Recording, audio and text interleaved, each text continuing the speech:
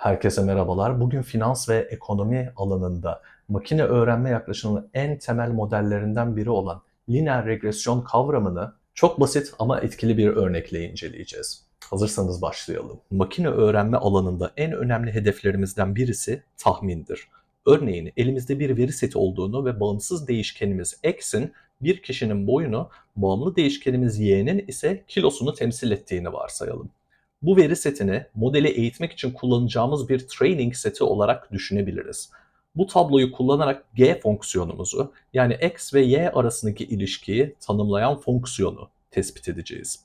Daha sonra bu fonksiyondan öğrenilen bilgilerle eğitim setinde bulunmayan yeni bir x değeri için y'yi tahmin edeceğiz. Bu yaklaşıma regresyon denir ve bunu gerçekleştirmenin en basit yolu g fonksiyonunun lineer bir fonksiyon olduğunu varsaymaktır. Lineer regresyon terimi de buradan gelmektedir zaten. Fonksiyonun grafiğinde bu data noktalarının en ortasından geçen doğruya baktığımız zaman alfa değeri doğrumuzun eğimi, beta ise intercept yani kesişim noktasıdır. Lineer regresyonun kolaylığı da burada kendini gösteriyor.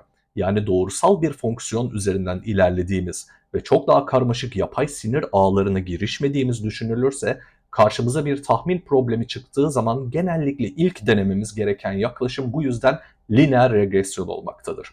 Data noktalarının ortasından geçen doğrunun uyumunu yani fit değerini ölçmek için her veri noktasının bu doğruya olan uzaklığı hesaplanır. Bu farkın karesi alınır ve tüm noktaların kare farkları toplanır. Bu toplamı en küçük yani minimum yapan alfa ve beta değerlerini bulmak için gradyan yani yön türevi alınır ve sıfıra eşitlenerek çözüme ulaşılır. Bu süreçle alfa ve beta'yı hesaplayarak sıfırdan bir makine öğrenme tahmin problemini çözmüş oluruz. Eğer şimdi datasetimize yeni eklenen bir kişinin kilosunu tahmin etmek istiyorsak sadece boyunu bu formüle ekliyoruz ve diğer verilerimize dayanarak tahmin gerçekleştirebiliyoruz.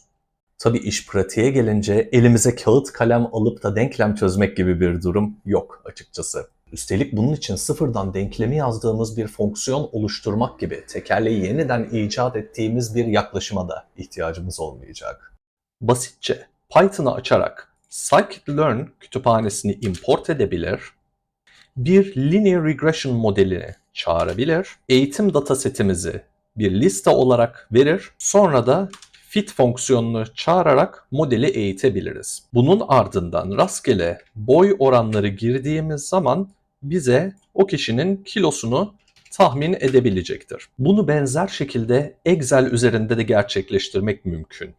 Tek yapmamız gereken veri setimizin tamamını seçtikten sonrasında önerilen grafiklerden uygun grafiği seçmemiz. Bunu seçtikten sonrasında tümüne tıklayarak sağ tıkladıktan sonra trend çizgisi eklemesini isteyebiliriz. Burada tabi denkleme ihtiyacımız olacak. Bu seçeneğe tik atarak denklemi çağırabilir, rahat görebileceğimiz şekilde şuraya yerleştirebiliriz. Yine benzer şekilde bir değer verelim. Bir de tahmin isteyelim. Buradaki denklemimizi alıp buraya bir eşitlik olarak yerleştirir. X yazan kısmı şuraya yazacağımız değerle çarpabiliriz. Bunun sonrasında boy oranını girdiğimiz zaman bize tahmini kiloyu verecektir gördüğünüz üzere. Gördüğünüz gibi oldukça basit. Bu basitliğinin yanı sıra lineer regresyon gidişatı matematiksel olarak analiz edilebilir ve yorumlanabilir çıktılar sunar. Ayrıca lineer regresyonu çekici kılan bir diğer özelliği de kolaylıkla genişletilebiliyor olmasıdır. Yani modelimize birden fazla yeni değişken girebilir, daha fazla veri seti üzerinden tahmin kapasitesini arttırabilirsiniz. Örneğin kiloyu tahmin etmek için boy değişkenine ek olarak günlük tüketilen kalori miktarı, yaş, yağ oranı gibi değişkenler ile kişinin spor yapıp yapmadığını belirten 1 ve 0 şeklindeki ikili yani binary değerleri de modele dahil edebiliriz. Lineer regresyonun bir güzel tarafı da elde ettiğimiz katsayıları yorumlayarak mesela eğimin pozitif olduğu bir durumda x ve y değerlerinin aynı yönde hareket ettiğini veya negatif olduğu bir durumda x ve y değerlerinin zıt yönlerde hareket ettiğini anlayabiliyoruz. Oysa ki yapay sinir ağlarında mesela bu çıkarımları gerçekleştirebilmek mümkün olmuyor. Finans ve ekonomi alanlarında ise lineer regresyon yaklaşımları genellikle bir finansal değişkenin, örneğin bir hisse senedinin günlük getirisinin diğer değişkenler yardımıyla tahmin edilmesi için kullanılır.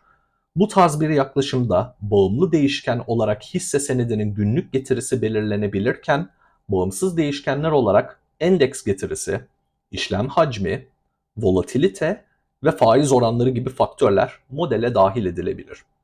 Bu yaklaşım bir hisse senedinin geçmiş hareketlerini analiz etmek, belirlenen faktörlerin getiri üzerindeki etkisinin ağırlığını anlamlandırmak ve geleceğe yönelik risk yönetimi ile yatırım kararlarına destek sağlamak için kullanılabilir.